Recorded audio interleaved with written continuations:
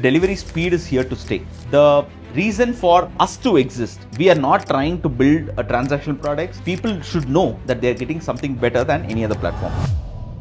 Wherever we define that we know these products are not of good quality, and I know that this will give me search, this will give me traffic, this will give me a massive boost in conversion and hence numbers, but still we will not do that, because the moment we do that, we start becoming them. The kind of selection, quality benchmark, and what are we going to do is going to be clear. That's one. Second, people should not be thrown with so many choices. There'll be 2-3 products, but whatever they have will be amazing. Third, certain transactions you will never be able to make money. So we are the only platform today who don't even let consumers check out without adding a minimum of 200 rupees into the basket. Clarity on who is your customer, but more importantly, who is not your customer. And why do I need that? Any product that I pick from FirstClub has to be of very high quality. And to make that happen, we should eliminate a few products, because of which a few customers are also eliminated.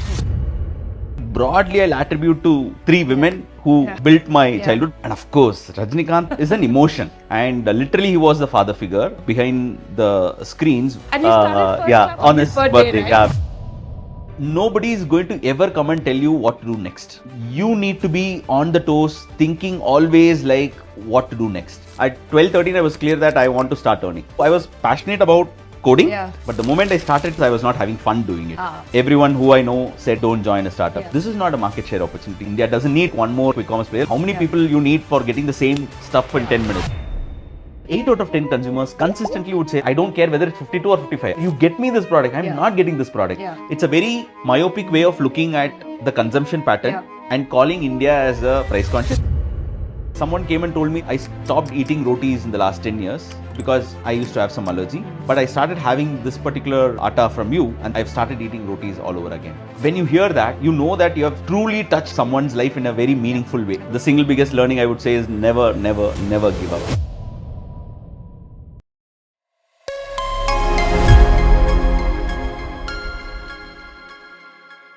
Hi Ayyappan, and welcome to our very first episode of season 5. This is a podcast series called That One Idea, and really it's about unraveling the backstory to starting up. And I'm so happy that you agreed to come and share your journey with us, and really looking forward to the next 60 minutes talking to you about FirstClub. Pleasure, Anjali. Thanks for hosting me, and happy to be part of these conversations. And I've seen the previous episodes, and I've enjoyed several conversations that you've had with other founders. Looking forward to this conversation. Awesome. Let's get started. So I'm going to take you all the way to your childhood in Chennai, and that cannot be complete without asking you about Rajini sir. And so starting on that light note, we know you're a diehard fan, but give us some fun stories of how he shaped you growing up, and what that loyalty and allure to a big movie star was, and broadly what was growing up in Chennai like, and who were your major influences? Got it. Okay. Was there anybody beyond Rajinikanth? Yeah. I think quite a few people. Going back to childhood, I mean, it's a very, very typical Chennai house that I grew up in. I think way back then, if I'm not wrong, at the age of 7 or 8 itself, we had a car. And that time, having a car when you're like a 7 or 8, and sort of like, you're sitting inside the car and all of that is a big deal. So it was all like going very good. And then one fine day, my dad left for whatever reason. My mom is a single parent, and she was Two of you. She was not educated, and me and my sister, and it was like the reality hits very differently, and your life becomes upside down, like in an unexpected way, right? So I think the biggest learning, or the starting point of my entire life, I see that as the moment, and most of my decisions, most of the learnings that I've started having, and sort of realization way early that anything can happen any time, and be prepared, and it's absolutely okay to fall down. So all of that started very early, I would say. And in that journey, I think quite a few people have sort of started building for who I am today here. And I think for everybody, the childhood is the root for multiple things, right? And for me, it started, of course, with two of the people who I grew up with as a kid, which was my mom and my sister. And my mom was like, she didn't give up. She was like, yeah, it doesn't matter, and I will figure a way out and bring you guys up. And then my sister was like, I think one of the very few women I've seen in my entire life, like who's much more stronger than even men. So sort of the aggression, and a lot of people tell me that, oh, I'm aggressive and all of that. I tell them, you haven't seen my sister. So that's what I tell them. So very resilient and sort of very strong. And then cut to the third personality in my life, who was then girlfriend and then my wife now. She played a huge role with respect to forming the value system of what I had. Because the age 8 to age 16, 17, especially when you're coming out of the tough times and all of that, confusing values and all of that is like Maslow's hierarchy, it comes way high up the ladder. So you're still figuring out like the food, shelter, safety, clothes, all of that. So didn't get the time, and sort of like this person enters as a friend, and then she changes the way I need to be looking at life with values and purpose and all of that. So I think broadly I'll attribute to three women who sort of built my childhood, because I knew my wife also like at the age of 16, if I'm not wrong. Yeah, at the age of 15 or 16 I met her. So these three, and of course Rajinikanth is an emotion. It's he's like he's for others he might be seen as a superstar and movie actor and movies and punch dialogues and stuff like that. For me, he was, I respected him more for his off-screen presence than the on movies, and that's the reason I was impressed with him. And literally, he was the father figure behind the screens. The way he lived his life, the way he was humble, the way like from who he was to what he has reached, what he has done now, and I think lot of things that I've learned by just looking at him is very different, and I keep going back to him and say that no, I'm still doing a mistake here. No, see where he is and what he's doing and what am I doing. Have you ever met him? I met him once. Was it like a? This was like we bumped into a restaurant, and then I got the autograph, and my bad luck, I'm not preserving that, but through one of our common friends from Myntra, so Sonika, so she she got me a voice message when we started FirstClub, and then he wishes me I'll probably play it. And you started FirstClub on his birthday, right? We announced. I still remember that. So that's how close as a. I mean, I'm end of the day, I'm a very sort of person for these sort of things. You can call it customary, you can call it like ritual, but I like to do these things on specific dates so that it's sort of connecting all together. So that's how the childhood has been. Like it's like sort of ups and downs and a lot of learnings on what to do and what not to do. But the single biggest learning I would say is never give up. So I think that sort of became probably I know I'm taking a little bit more on this on the very first question itself. The second part of childhood, I'll tell you, that's a very different learning as well. So, for me, it was I still remember the school that I studied. A lot of people can't speak like two English words together also. Tam speaking and all of that. High school till grade 10 and all of that. So grade 11, you are suddenly where I went to that school. People didn't know any other language other than English. So it was like north to south completely with respect to the change that happened in a span of like 3 months. I was a very ruralish sort of a place where I was. Of course, it was Chennai, but within Chennai, this is North Madras, which is known for a lot of infamous stuff. Then I moved to the proper Madras, like inside IIT Chennai, Vanvani, that was the campus I went to.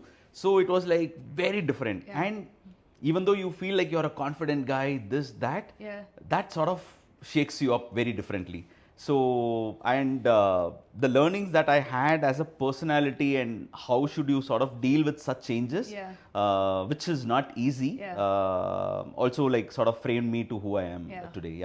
So were you a head boy or gang leader? I think I've had different versions. My UG gang will say I'm the gang leader. My PG will say that he's a very sort of a guy. At work, I can say one thing: I was always been a gang leader. I have that self-awareness. As well, And were those choices, those educational choices, intentional? You think, like choosing where to go? Were you the self-awareness, like about like what's the next step for school or college or undergrad or even all the way till first job Yeah. and MBA. Yeah. Were some of those choices very thought through, or it was more just following where the cohort and peer group? Were you more like peer influenced, or it was more like from within and self-awareness? Yeah, so because of the background and whatever Yeah. the childhood I had, at 12, 13, I was clear that I want to start earning. So Okay. I did like 1 or 2 part-time stints Yeah. back then. Yeah.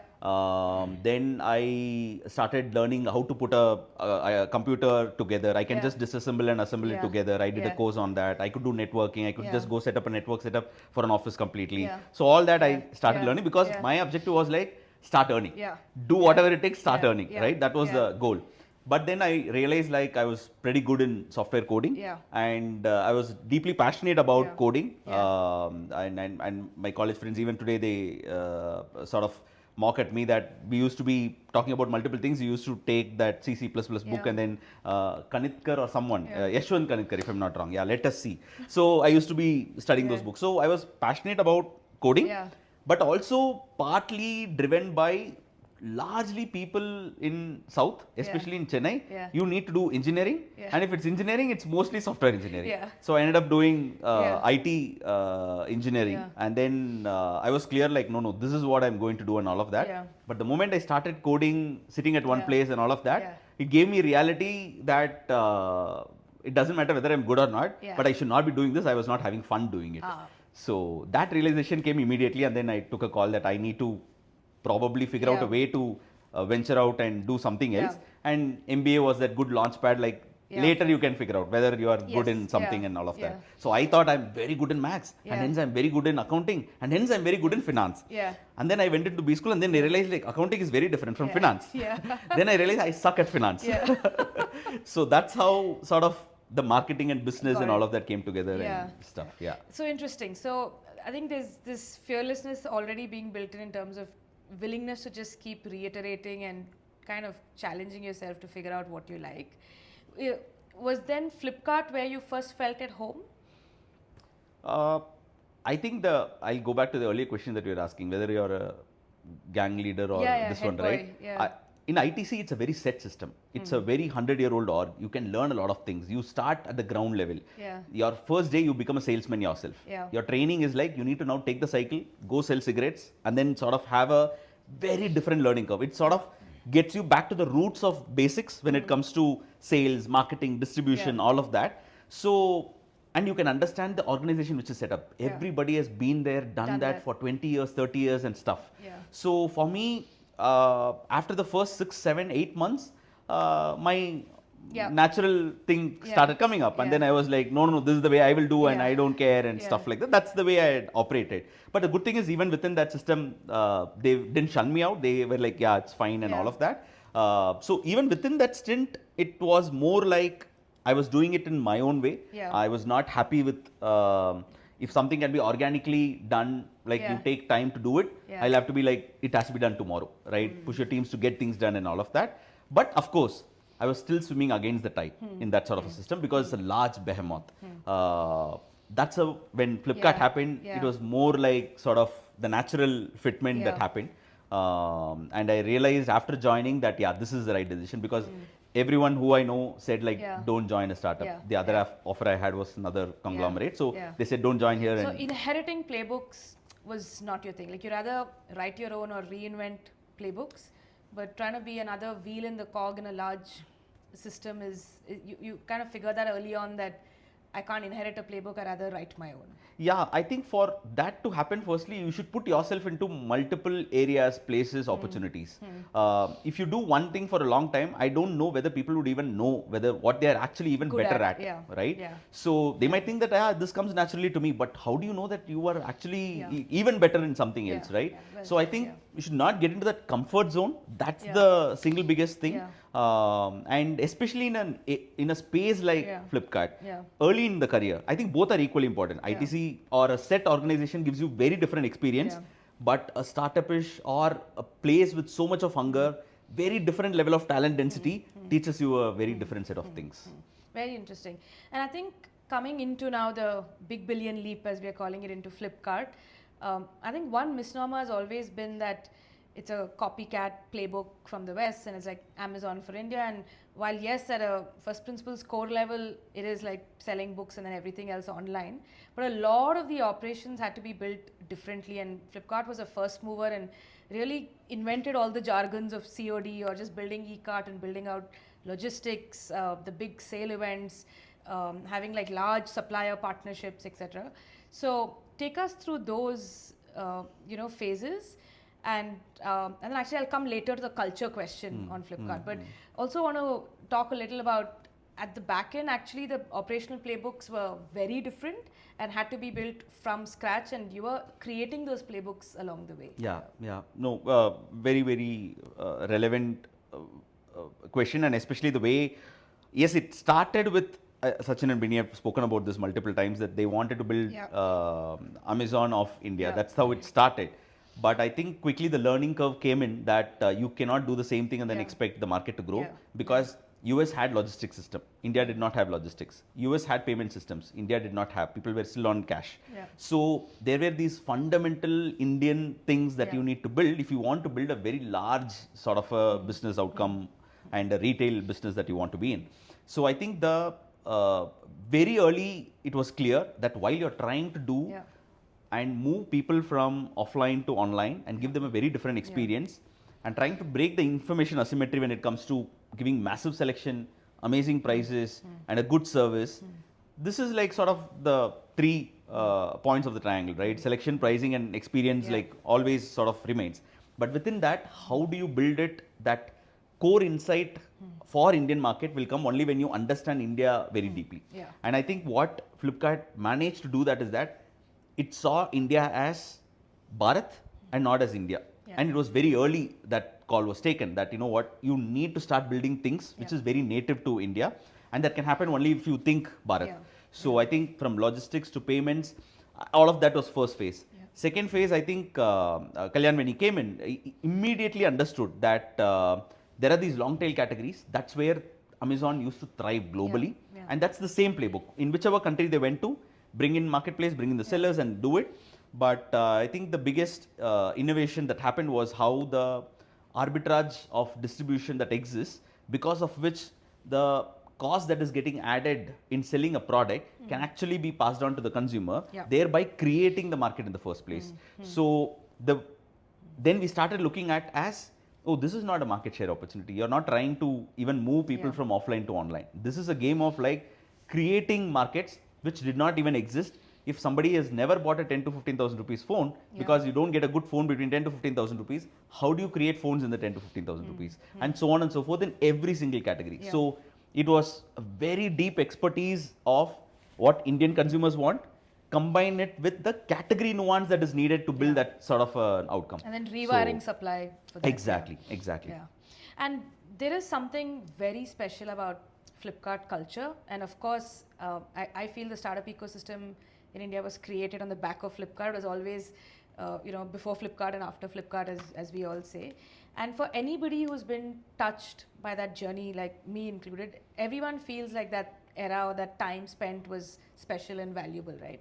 But what do you think caused that kind of talent density within Flipkart and that whole like university effect that it's had on, of course, spinning off entrepreneurs, you included, but generally that mindset shift in the way people operated? So the natural selection is one thing that happens when you already started building a certain density of talent. The good talent always attracts better talent. So when you start sort of taking the benchmark lower with respect to like who you want to hire, I'm going to prioritize or optimize for faster hiring than the right person to be hired, right? So those sort of things, I think, were taken care of very early. And starting from Sachin and Binny, then Kalyan, all of them, one thing that they did was like, I want to be sure that I don't want anybody to come in and build or think incrementally. So people who were very audacious in their thought process, who they knew that they will get their hands dirty and they will have amazing bias for action and be okay to challenge the way things are being done. I think these were the traits that were being looked at rather than just looking for the skill sets. And I think that did a world of good. One. Second, I think Flipkart, even now I believe, right, in spite of becoming so big, I think one of the few organizations which is still continue to operate quite flat for the size that Yeah. they are at, Absolutely, right? yeah. You can never say that, oh, you know what, only Yeah. this person will be able Yeah. to deliver, this person will be able to talk. Yeah. Nothing like that. Like if somebody at a junior level has an idea, they can go take it up Yeah. and then take it to anybody that you want in the organization and get it Yeah. done, which doesn't Yeah. happen in the Yeah. large conglomerate. So I think these two things, what we have been able to do, sort of gave opportunities for people to see all those chaotic moments, the failure BBDs that we have Yeah. had Yeah. more than the successful Yeah. BBDs, and the resilience got built during these tough times. Yeah. Now that, okay, I have seen it all, like, okay, now what more can break? Yeah. It is more of that. Yeah. And I Yeah. think that's what has built that sort of talent Yeah. and culture. And I know as we come into that one idea called FirstClub, what were some of those traits that you almost naturally, automatically carried forward? And I know you've had like 3 transitions within Flipkart, 3 very like diverse categories and vectors as well, topping off, of course, as CEO of ClearTrip. But were there any like archetypes or personas of Ayyappan that kept changing through these 3 stints? It's a good question. I keep reflecting back as well, and this is what I tell people, like especially a lot of VCs Yeah. that like meet, like you, is that like what triggered FirstClub? It Yeah. sort of combines, and I'm a firm believer in what Steve Jobs said. Like you can only connect the dots looking backward. Like Yeah. you will not be able to make sense of it. Like Yeah. why is it happening? What is happening? But later you will realize Yeah. like why a few things happened. To me, the Flipkart and Myntra moments were like Yeah. that, because Flipkart was very price conscious, not even value conscious, I would say. Very price conscious consumers, Bharat, tier 2, all of that. Yeah. And then I switch over and then come to Myntra. It's a very different world, Yeah. right? You're building a brand there. Yeah. You're not building a transactional platform.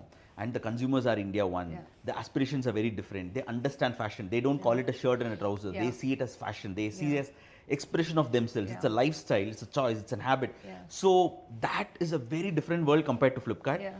So I had to firstly change a lot of things, Yeah. the way I used to look at consumers, the Yeah. way I used to operate, all of that when I moved from Flipkart to Myntra.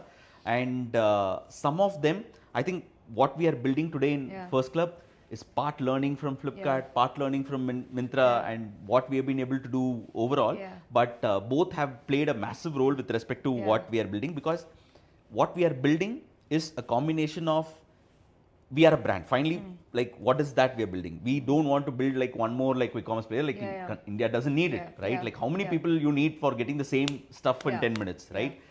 We are building a quality set of products that people wouldn't get access Yeah. to, and at a price they never imagine it is possible. So if for making both these happen, one, you need to have that habit of understanding consumers, building it as a brand, Yeah. trust, quality, which is all like very Myntra-ish. Yeah. But if you want to provide it at a price where you create the market, it's a market creation opportunity. You cannot do it with the supply chain without the supply chain efficiency. What kind of supply you are able to build? How cutthroat you are with respect to Yeah. going at the value chain, at the source level, and Yeah. get that goodness back to the consumer. So you should be super obsessed about every single rupee out there, Yeah. both on supply chain and supply. So, and that's where I think Flipkart Yeah. and Myntra amalgamated itself to what we are What you're creating building in at FirstClub. FirstClub. And I know you've said before that it wasn't like one aha moment. You didn't wake up one day and saying I'm like quitting today and I'm starting FirstClub. It was more like a slow brew, slow curated, pun intended, like Flipkart. And your wife has had a large role to play because she's been an organic consumer for I think like 15, 20 years Yeah. plus from the very beginning. But you did a lot of primary research as well yourself as a founder, despite all the deep operational expertise you had running e-com platforms at the scale of Flipkart, Myntra, and even ClearTrip for that matter. Take us through what 7-10 month transition between executive to entrepreneur and then rolling up your sleeves and going back to day zero. And did any of these customer insights surprise you from the ones you and your wife yourselves had validated as a family from your travels? Yeah. So first point, I think you were talking about like the reason for the primary research and why, like at the Yes. starting point level, like why did I have to do that in spite Yes. of carrying so many years of operator Absolutely. experience, right? Yeah. The biggest learning, I would say, when it comes to having, even in spite of having that long an operator Yeah. experience, the learning is that things change, people change, consumers change, behavior change. Yeah. Now, if you think that what worked in one category will work in the other category, or if you think that the consumers behave in this way in certain cohort and exactly this is a similar way that they are going to behave elsewhere, you're going to be grossly wrong. Yeah. I didn't want to make a mistake and sort of go with just my gut saying that, you know what, I know this can work. Yeah. Wanted to do a very deep research before entering, because end of the day I'm going to commit my next decade or two into building this. So it needs to be super sharp that, okay, this is actually a consumer's problem statement. It cannot just, while the insight always comes from largely your experience, your travel, what you have seen, how you have grown, all of that, but it has to sort of be empirically proved as well from listening from larger set of consumers. So that's the reason. So what we did is, so I told this to my family, like before starting up, that I want to stay in UK for a month, right? I just want to go and live that life. I don't want to go as a traveler and just looking at places and all of that. I want to stay, take an Airbnb, stay in a house, be in a 2 BHK house and see that, this is how your life is going to be, right? Then as part of that, we visited several retailers, like how people are consuming, what are they shopping. And in the same Oxford Street, there used to be 4 different retail formats: Waitrose, your Sainsbury, your Marks and Spencer's Food Hall. And a lot of consumers would go from one A retailer to B retailer carrying already a bag, because they're very clear, I want to buy this from here, and this from here.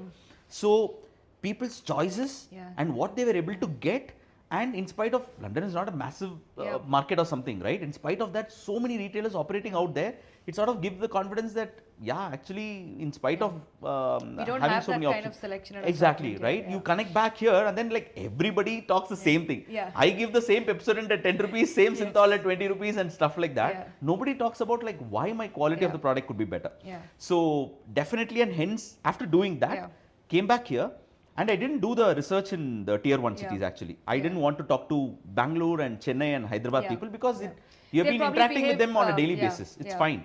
But what I wanted to do was, for next set of people also, is it striking a chord or not? So I purchased a few products, products that are available in, say, Coimbatore or Trichy or Salem and all of these places.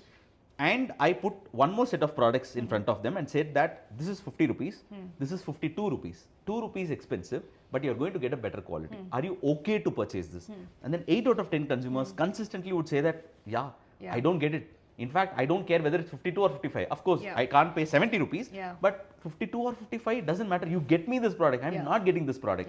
So that was an aha moment to me, that I used to always think that, no, you need to give it the same price, same price. But all that you need to do is that ensure that the value that consumers are getting for the incremental price that they pay, they should believe that I'm getting something better. So, and that happens even in non-metro sort of market, and that's how we jumped in. Very fascinating. And this is better quality with that small incremental price change in the same categories, right? So this is categories like staples or dry fruits, and not like a new product is being made available to them. Very fascinating insight. Since we spoke about customers and members, I'll probably stick to some of the original hypothesis or thesis of, and at least the public narrative on FirstClub has been, it's like the Costco for India.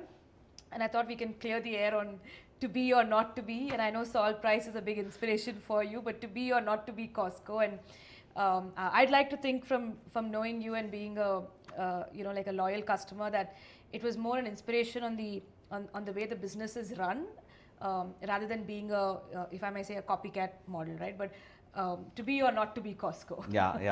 So very similar. I think I would say, to the earlier point that we were talking about, Flipkart started as Amazon of India, then realized like, no, India needs to build its own Flipkart or Amazon, whatever you would want to call it. And that's what happened, right? So very similar. I think the reason why I say Costco on quick commerce, or for some reason it got associated, and of course I also keep talking about inspiration from Costco, it makes it easier for people to understand that you're catering to a certain TG. The quality of selection that you're going to have, limited selection, but people love shopping from you because the selection that you have and at the price that you have is going to be unbelievable, right? But you cannot take exactly the same Costco and then sort of try to replicate. Firstly, Costco is a big box retail format. Second, it's a member only retail format. Third is they are known for their massive bulk wholesale SKUs. Packs, It was known to be a wholesaler initially, right? So I think that's how they are known for. But it's more of what was the first principle that they operated at. It's more of that we are trying to pick, right? The first principles are the clarity on who is your customer, but more importantly, who is not your customer. How did they do that?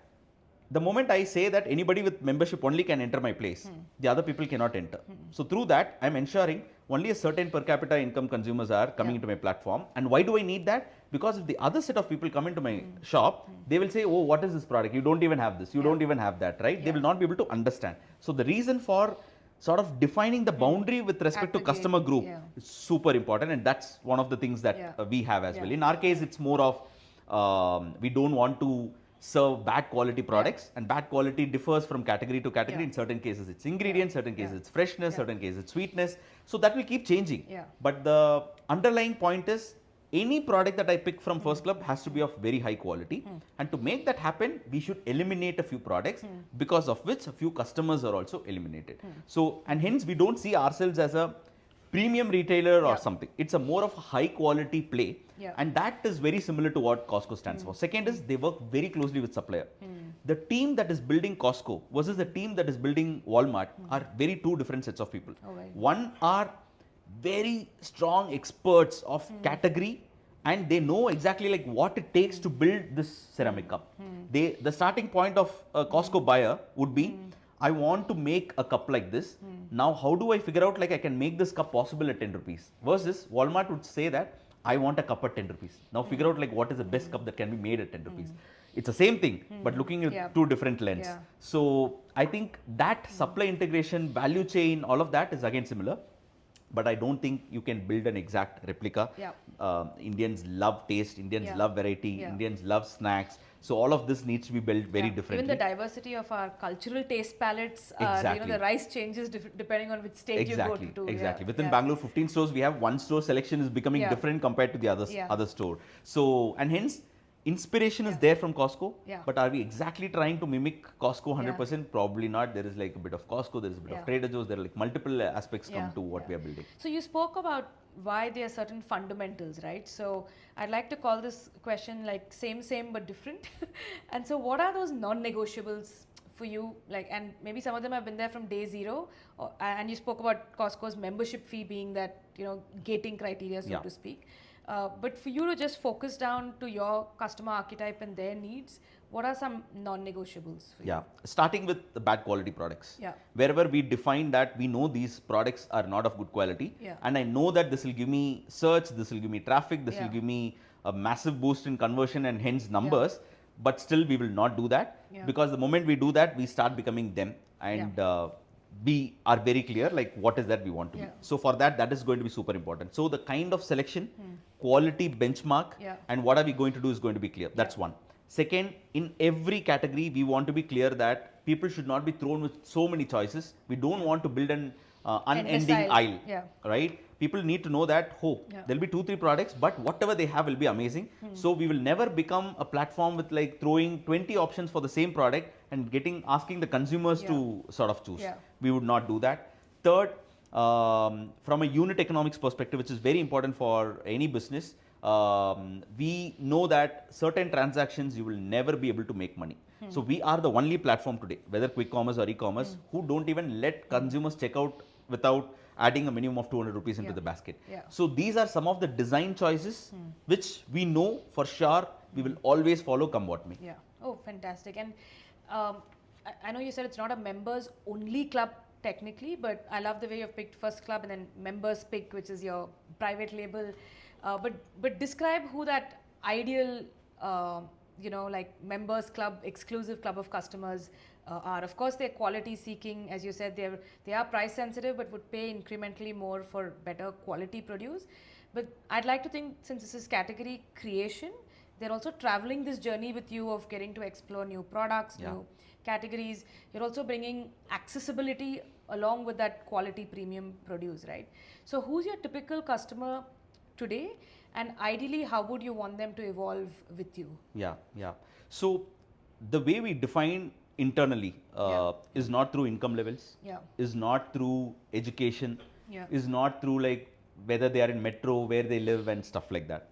The way we define our user base is that anybody who cares for the family and starts saying that or starts thinking that now I want better products.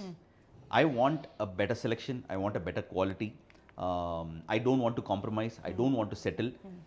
Anybody who has this sort of thinking is our typical TG, right? Now, the moments where it starts happening could be very different in different people's life journeys. In certain cases, you would have never cared about like what you eat, how you eat, anything.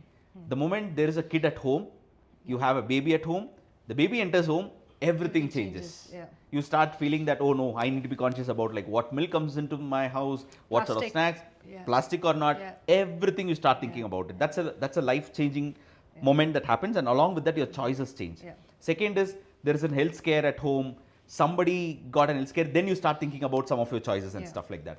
Third, your income levels, you start getting to a certain level where you start feeling that, hey, you know what, now I can afford, now I want to start focusing on like, yeah, I don't want to buy any biscuit, but a biscuit which tastes good, which is having good ingredients and which doesn't impact my health.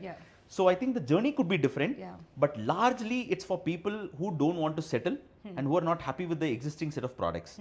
So our typical core target consumer group, and that's what we are seeing, most of our 65 to 70% of our consumers are women in the age group of 28 to 40, and who are educated, who are well traveled, and who have one or two kids. Is a very typical household profile of a FirstClub consumer. That's me, sounds like me by the way. But we've tried to lay out here the 3 P&Ls that I tried to guess you're working towards, and I picked up on some of your other podcasts. So there's staples, which is your jowers, and as we talk about addressing these families, different types of staples. Then there's fresh, which is your fresh fruits, vegetables, dairy as well, and staples being your oil, atta, ghee, and then there is impulse, right, which is a little bit of sweet savories, but all following like ethical sourcing, high quality ingredients, transparent labeling, and staying true to your ethos. Is this fair way of saying you're thinking about this behind the scenes? Yeah, it's the way we think about it is there is perishables. Your perishables are your fruits and vegetables, dairy, breads, eggs, where people need to buy almost every day. If not, then 2 days or 3 days once. These are like sort of keep getting replenished in the consumer household. Second is your pantry filling, which is like you stock it up for the next 2 weeks, 3 weeks, and that's where your staples comes in. The third is impulse products. So largely, yes, very similar to what you're thinking about, but the nuances of the categories are very different. But these are the 3 large categories. I know it's early days, but any interesting tidbits or insights on where customers start? Is it normally staples and then they keep expanding basket with impulse, or the typical journey is a bunch of impulse products and then they're like, hey, I can get staples, I can get my sabzi as well here? So most times, 6 out of 10 times, consumers start the journey with our fruits and vegetables. They've heard the quality is pretty good. The range that we have is pretty good. Oh, these guys have 370 types of fruits and vegetables which I don't get elsewhere. So these are some of the talking points, and then they want to try. The second largest consumer acquisition category is your impulse products. People have heard that, oh, the range they have on cheese, what they have on snacks, what they have on beverages. They have multiple alternatives to typical carbonated beverages. So that becomes your second biggest one. The moment they make 1 or 2 transactions, in the process they realize that, oh, they have staples, they have grocery, and they have other categories as well, and they start buying that. But largely the acquisition happens through either F&B or through impulse. Fantastic. And I have to answer this question on being in like not quick com, but it is like say a 30-minute type delivery commitment, and there is noise everywhere, of course, and everybody, including your grandmother, has an opinion and hot take on quick com, right? But how are you seeing this play out differently for you? And do your customers even tell you that they want 10-minute deliveries? Like, is that even with all the beautiful produce, the quality and the price that it's coming, is time even a top 3 metric for them? So one is for sure that in the last 3 years, the consumer behavior has fundamentally shifted. People were okay to wait for 2 days, a day, or in fact, in certain cases, you know that some farm is going to deliver every single weekend in my household, in my community, and then I'll subscribe to it, and then every weekend they'll come and give. So all that used to exist, which in the last 3 years, I think completely changed on its head. And nobody thought, even people in e-commerce, all of us were completely wrong in thinking that, you know what, who will pay the additional shipping fee for making that quick commerce work? The unit economics will never work. But the market proved you wrong. The consumers proved you wrong. So I think firstly, the delivery speed is here to stay. Whether it's, the question can be like, do people really need 10 minutes versus 30 minutes versus 1 hour? But I think 1 day and 2 day deliveries are a passing. I think in more and more categories, I think with time we will see that. Of course, if it's a long tail of selection, which I don't get elsewhere, then people will be okay to wait. But for everything else, people need it quickly. However said and done, The reason for us to exist is not because I am delivering something in 10 minutes. There are 6 other players who are already doing that. We are not trying to build a transactional platform where your same set of products, I am the fastest to deliver it to you and I'm delivering it this price and all of that. We didn't want to get into that because that's, I don't think the need state or the vision of FirstClub itself is that. For us, the clarity was the quality of products is going to be super important, which means that people should know that they are getting something better, much better than any other platform. Then they should be okay to wait for a little bit more time. So what we have seen is that consumers are absolutely okay to wait till 30 minutes, in certain cases 45 minutes and 1 hour also. Up to 1 hour, I think you'll be able to sort of manage the use cases. Of course, there are shopping machines where your cook is waiting, she needs that sabji immediately, and then like sort of like you need to buy from a place which is delivering it to you in 10 minutes. But everything else, people are okay to wait for 1 hour is the way we have seen it. I mean, I tend to agree. Are these also planned purchases and that therefore amenable to very high repeats? It's like almost habit forming. I was telling you, right? Like every Monday, you 7 a.m. you'll just see like and you like add and then you put a 40 limit cart, otherwise I'd go probably to 80, 90 items. But are you seeing that quickly evolve with customers that you've almost made this habit forming now? Yeah, so initially, anybody who starts the purchase on the platform, they start with the low TPC.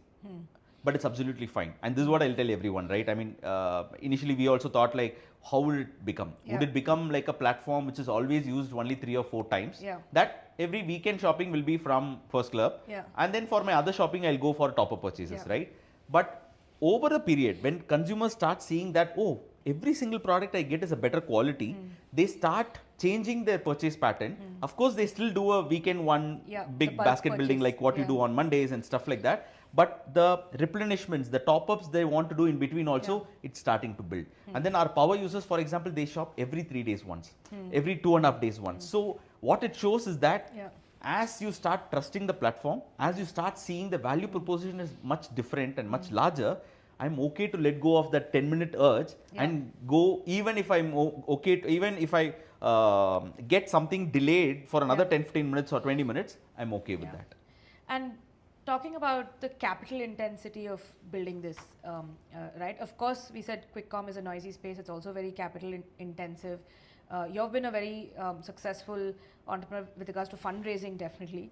But I'm sure that there are things that money can't buy, as we always say. And there is a lot of innovation on the, like I said, the back-end plumbing and piping and the, whether it's digital or even physical infrastructure that you're building. But how are you seeing this as capital aside, and when we go through the peaks and troughs of the capital market cycles, what will stay, you think, and what will go, and what are the strengths beyond capital?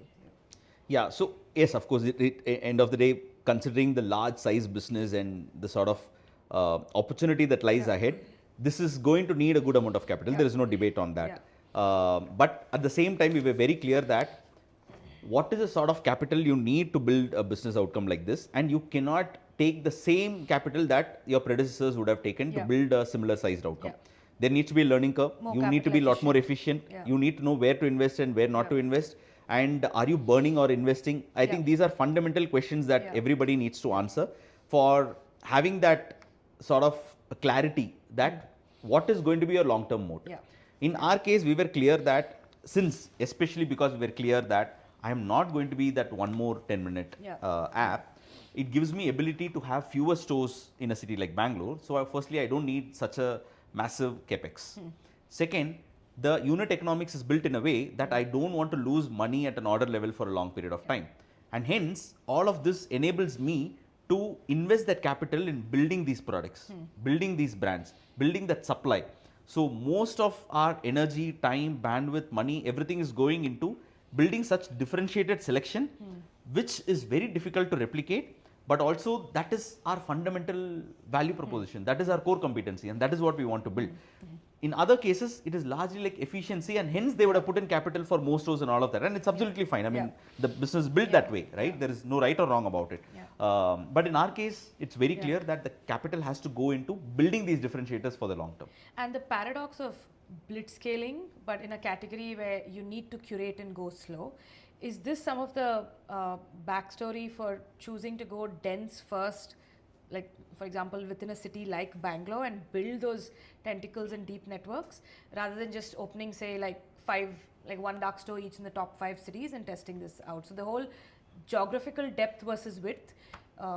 Tell us why that was intentional. Yeah. No, good question.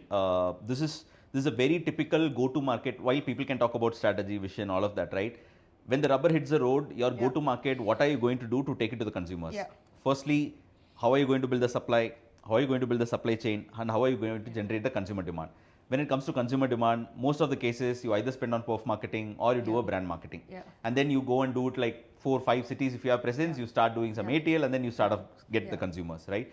But we were clear that wherever we go, firstly we want to understand that how deeply we can penetrate in each market, so that the size of price is clear in the first 1 year itself. Like, yeah, in one city if you can build this big business, then the probability or the confidence that you will get in building in multiple other cities will come in. That is point number 1. Number 2 is that the network effect that you're going to get by going deeper in one city is going to help your supply chain, your ability to focus a lot more. The kind of products, while of course Bangalore itself is a cosmopolitan and very different kinds of TGs, but still Bangalore is Bangalore. It's very different from building for a Delhi or a Bombay, right? So you don't try to take too many things, which makes it very difficult for you to sort of build by getting your hands into several things at once. So going sharper and the pace of execution can be faster if you're able to do that. So I don't agree with the fact that if you go deep, you will not be able to move fast. I think if the clarity is there that these are the 5 things I want to do, it can be done at a very, very crazy pace. So then it depends on your ability to sort of move fast. And to connect that back to what you said previously on how that journey has been for consumers, right? Like you'll start with a Monday bulk purchase, then you'll realize, hey, I don't need to buy everything on Monday morning. I can buy like a few things a few times a week.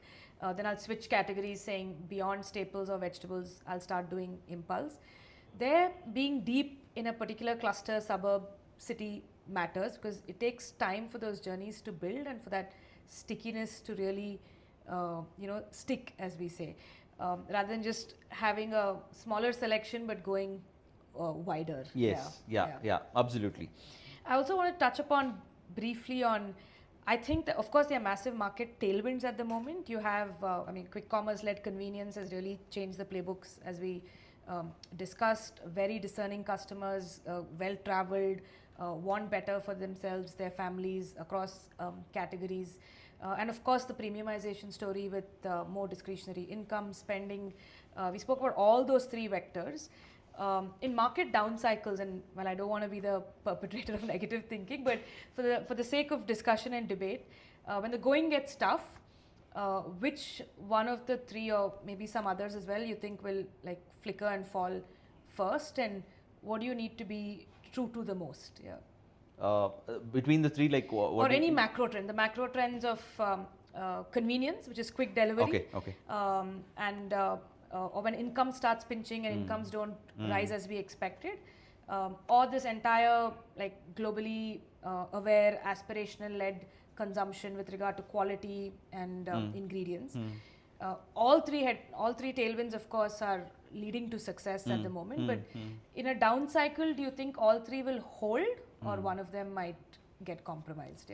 So like where do you, from a customer perspective, when the going is tough and when will it be like purse strings get tight, which do you think there'll be compromises at a customer level on some of these principles? I'm guessing your question is more from FirstClub perspective or from FirstClub perspective, of course, right? Yeah. So one, I think convenience can sort of be okay to live with, like instead of like our average or median time to deliver today is like 20 minutes. Now if it becomes 30-35 minutes, it's fine, we are okay with that, right? But I think the other 2 aspects would be continue to be important, and I don't think that will change a lot also, because like in any good thing in life, when you start moving to a better thing, you will never regress. It's hard to go back. You drive an auto car, you can never go to a manual car. So it's like that. The moment you have tasted a good potato chips, a good milk, a good vegetable and a good fruit, you cannot go back. So I think irrespective of like the times changing, if sort of like bad times come in, I still don't think the habit will change. And hence along with that the quality also. So on customer behavior itself, of course, e-com has been very discount led and very events heavy. And probably the number one way to describe the Indian consumer by anyone will be price sensitive, price sensitive, price sensitive, right? But I think one of the good things of this of QuickCom has been that we've moved away from the big event-based sales, and it's more like everyday, best prices and everyday best produce. So, is it a temporary thing, you think? And there do you see there are some real here to stay consumer shifts on? Hey, it's not always about sales and discounts and this whole price sensitivity. And maybe, yes, for a particular cohort or type of customers, they are willing to pay now. Yeah. No, I think if you look at the way the aspirations have grown, you take in any category. You don't need to sort of pinpoint in just one or two categories. Any consumer category you go into it, you'll be able to see that the last 10-15 years it just is moving in one direction. And in spite of that, our per capita spend in most categories are still far below any other comparable country that you can take, right? So it still shows that we are scratching the surface, and there is a long way to go with respect to like how we can move. That's one. Second, people, if they sort of understand that the value that I'm going to get out of spending that extra is real, and that value need not be functional. It can be emotional as well, right? There is a reason why you buy one of the luxury cars, one of the good branded fashion, right? It's not all the time because of the way they feel and all of that. It could be an emotional reason. It could be a benefit functionally. It could be a health reason. But if they know that this is what I'm going to get, I think that consumer is very clearly value conscious consumer and not price conscious consumer. Yes, absolutely right. I think the imagery that we have gotten built for India for the last few decades is like India is very price conscious, all of that. But that has been changing, and over time we have been able to prove that. Like when you, all of us would remember, like when the internet rates started, like the data rates, you could see what it was and then what it is now. And over a period of time, it becomes an habit. Now people cannot live without internet. Same thing across multiple other categories. So I don't see, it's a very myopic way of looking at the consumption pattern and calling India as a price conscious. Of course, there is India 1, 2 and 3. The India 1 is not even close to being price conscious. They are absolutely value conscious. You show a good product, then you know that market creation they will show to you than you. So I guess it's a nuanced difference between price conscious versus value conscious. I think that's really what it is. You spoke about how being like, I don't want to call it a late end into QuickCom, but coming after e-com, let's say, a lot of the infrastructure rails and playbooks were already there. And part of the challenge is, can I build this quicker and faster, right? If I have to slip in the AI question, it's probably only here. But there's AI everywhere and ROI nowhere. So how do you think AI, data, analytics will play a large part in at least for a business like yours, in driving the back-end operational efficiency? And you see some of the way you are building your own tech and product teams here versus say at Flipkart or Myntra, those teams itself are going to look very different. And the kind of dashboards or even data boards that you get as a founder CEO, will they start beginning to look very different? Since you asked the AI question, take a guess on, since you have also seen the internet commerce companies, what do you think? And we have built like everything, by the way, right? Not a single tech is third party enabled. Everything, of course, apart from payment gateway integration and stuff like that, everything else is in-house built. Okay, considering the scale that is needed for retail, which is catalog management system, inventory management system, warehouse management system, pricing engine, merchandising, your app, everything, right? Last mile app for the rider, the planogramming, everything, right, in-house. How many engineers do you think would be needed to build such a tech stack? At your scale, I'm guessing at least like 50 folks. So the entire piece went live with 6 engineers. Wow. Right? And even now, the number is like 1/3 of what you're talking about, even now. Right? So, and the reason is because we were also, we got lucky. Because if we had built 2 years before what we had done, then we would have also used the existing stack. And then moving would have been very tough. The opportunity that we got was the AI was there is nothing much to lose, and then we tried, and then it was like giving amazing results for us, and then we have been able to build. So in tech it is always the case. Any new engineer you bring on board and then put them into the existing system, they'll say that instead of debugging, I'll build my own system. That comes very naturally for engineers. So in our case, amazing set of engineers came who built and thought through AI. Yeah. Now AI has enabled that you need to be a good architect in your thinking. Yeah. If you are a good architect, then you can tell the system what needs to be built, and that is what has happened. So I'm just taking an example of AI in the real world, like what will it enable to? And the same thing is happening in analytics. Same thing is happening with respect to the kind of dashboards we are able to build, pricing that we are thinking about, consumer behavior, the search that we are building.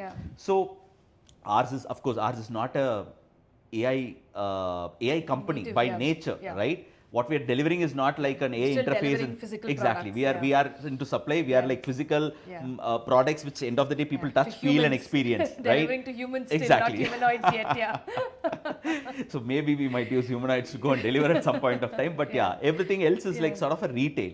Now in this, where all AI can play a role is like changing at a crazy pace. The content writers, the number of content writers you need now versus what it used to be. The teams to manage your copies, your social media marketing campaigns, every single thing. Now it's about like you have the tool. It's up to you whether you want to use it or not. Any personal AI stack that you've been using, that like an app on your phone, or like I said, a dashboard that you use that you yourself weren't using 5 years ago? Oh, so no, it's more than Can dashboard. You reveal your personal AI stack? Your own personal productivity tools. So since last 1 week, I've been fascinated by that malt book. Like I course. want to host it on my own iMac and sort of train it. See what it does. It does. But I'm a huge sucker for any of these AI things. So I have like almost every single app that you can think of when it comes to AI. So I have Gemini, I have ChatGPT, I have Claude. You name it, I have it on my app. And now I know what is good for what also. Because everybody is building it pretty differently. And their native use cases, what they thought about in building it is very different. Some are very fast in certain things, some are very accurate in few things. So I use case based. I know I need to write a copy, I go to a certain app. If I know that I want it to sort of jam with me with respect to the idea that we are thinking about, the next big category that we want to launch, then I use something else. So it's very, very use case led. So do you have AI employees yet? Everybody is AI enabled now. Good answer. So segueing to our last few questions, I want to talk a little bit about the human behind the founder. Starting with how easy or difficult has the transition been from like I said, a well-rounded executive to back to being a day zero entrepreneur, and take us through all the avatars of Ayyappan, and how would you describe yourself today, here and now, for this journey? So first, I used to always think that I'm humble and all of that. But the humbling experience that you can have by starting up, you don't even know the spelling of humility until you actually start doing it, right? It humbles you at another level. Like you don't need to wait for anybody or anything. Things happen, you have a tag, you have a title, you are working in one of the largest companies, things happen to you, right? Versus you switch over and the next day, the life changes that you need to follow 10 times for even a candidate, like, you know what, we want to join us, right? So I think that is like one big shift, and you should be okay. I don't think anybody who is on a high horse and who feels that, no, you know what, I have done all of this and I can't again start over again, startup is not for them. So you would see different facets of yourself. Any other truths like that for executives looking to start up today, and if you had to be their truth tellers, what would be some hard truths for the transition? So I think nobody is going to ever come and tell you what to do next. It's not going to be the board, it's not going to be your CEO, it's not going to be your manager. You need to be on the toes, thinking always like what to do next. What is that big thing that you have the clarity on with respect to long-term building, and whatever steps you're taking is actually in line with that or not. So that proactiveness or thinking from a perspective that there is an urgency and there is like, I don't need to wait for somebody to come and give me instruction. That is sort of super important. And most of the times in executive world, whether you like it or not, you become the part of the organization. There are enough and more systems, process, appraisals, blah, blah, blah, all of that. There is always a very goal and target led sort of working, versus here there is no target. There is absolutely no target. It's up to you with respect to thinking what is possible and not possible. So that is something that comes to my mind immediately. And the variants of Ayyappan 1.0, 2.0, which version of yourself are you currently on? I think now my software is getting updated every week, if not daily. So I think the 1.0s and 2.0s happened in the Flipkarts and Myntras and Clear Trips of the world. Yeah. But I think what this journey has been is like Yeah. both as an individual, Yeah. what I'm learning. End of the day, if you think about it, it's like a baby, right? Yeah. You have one more kid, Yeah. and then you're nurturing the kid Yeah. from the beginning with everything that it Yeah. needs. So you also grow with Yeah. it, like very typically, like every Yeah. mother, every father Yeah. grows with the child. Yeah. So you learn a lot as Yeah. well. Yeah. So it's very similar. I Yeah. don't think there is anything Yeah. different when it comes to that. So that is one. Second, the facets that you did not even know that it existed, it surfaces Yeah. up Yeah. there. You could think that, oh, I can manage stress. Yeah. You know what, I have managed the several chaos and crisis in my life and Yeah. all of that. It'll throw one more at you and bigger than what it had thrown in the past. So yeah. Yeah. So for folks listening and wanting to join the club, what are what does success inside First Club look at from a traits perspective? Like what traits does someone need to have to win and succeed within First Club, and what have you seen like that just doesn't work? Like where people struggle and where people succeed.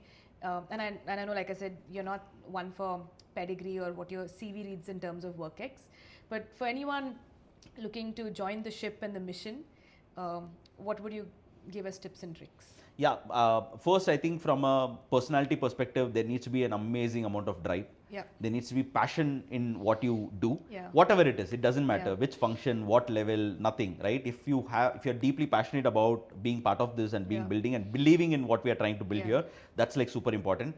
And you need to ready to slog. There is no Yeah. alternate to working hard, and Yeah. you need to be round the clock. There is no Yeah. working hours like all the time. It's Yeah. like being out there all the time, 24/7, 7 days a week, and yeah, you should be okay with that. Yeah. If you're not, then this is not the Yeah. place for you. Then I think the audacity with respect to what is possible should not come from someone else. It should come from you because you are closer to the problem. Within the problem statement, how big can you think? How quickly you think you can sort of solve it has to come from you. So that audacious thinking has to be in the nature. Second, like the urgency has to be like everything has to be Yeah. done today. Yeah. Not tomorrow, not Yeah. next week. It has to be today. Yeah. So you cannot say like, oh, you know what, there is a blocker here, there is a constraint, there is a stakeholder Yeah. there and stuff like that. You need to pick it up. You are the owner, Yeah. end of the day, pick it up and run. Yeah. And I think largely these are the things. But fundamentally what defines, because the personality types are very different when Yeah. it comes to people, and we have very different set of people in spite of being still a very young org. The obsession that we have for consumers, I'll be proud to say that what we have been able to build is all because of the obsession that we have been able to have. And anybody who's coming in needs to have a similar Same obsession, if obsession. not more. So I think that's like a non-negotiable Yeah. for us. And yeah, these are Yeah. typical things we look at more than skills. Yeah. No, fantastic. And I always say we have to, in the startup game, you begin with the end in mind because everyone wants to build generational companies and long enduring outcomes. And since it's 2016 versus 2026 on the internet right now, I thought I'll ask you if, version 2036 of Ayyappan Okay. and First Club, and we're in 2036. And I'm playing this reel out saying 26 versus 36. What would have made you the proudest and the happiest for this journey? That's a very long term goal. In 10 years, I even. Okay. Yeah. So, firstly, the consumers should come. It doesn't matter whether it's tens of millions or hundreds of millions. To me, if consumers come and tell me that my life used to be something like this, after you, my life changed completely. I'll give you one or two examples, and which is happening in very small numbers now. Someone came and told me that I stopped eating rotis in the last 10 years because whatever I eat, I used to have some allergy. But I started having this particular atta from you, and then I've started eating rotis all over again. So when you hear that, you know that you have truly touched sort of someone's life in a very meaningful way. At their core, yeah. Right? And the choices that we are making with respect to what we are building, we are very clear that this is not like one more, just the commercial aspect of the business. It should help people in a way that they're able to go and say that, you know what, I'm a lot more healthier. Yeah. I'm a lot more active. I love now what I'm consuming, and I'm not settling down for anything. So that is something that we want to do it at a very different scale, and I don't want to stop just with foods. Yeah. Tomorrow you go and say that it's a home category, general merchandise, electronic accessories, flight tickets, hotels, insurance. Yeah. Oh, car insurance I want to buy. Yeah. I don't know how many insurance are there to Yeah. buy. You don't want to be know what? missold to. Yeah. Yeah. I go to FirstClub. They give me this one plan. They truly understand me, and I just close my eyes because I know that's the best thing I could do for my car, and it's stress free and it's available at an amazing price. Yeah. So if all of this we are able to do in Yeah. 10 years, then yeah, it will be great. Awesome. I look forward to welcoming you in 10 years. And Gates, I think, famously said that we underestimate what we can do in a decade and overestimate what we can do in a year. Yeah. So, on that note, thank you so much, Ayyappan. Really, really enjoyed this conversation. It's, like full of energy as always. And thank you so much for joining us today. Pleasure, Anjali. Had a lot of fun talking to you and a lot of deep questions. And I introspected a lot as well. So thanks to you for having a meaningful conversation. Awesome. Thank you. Yeah.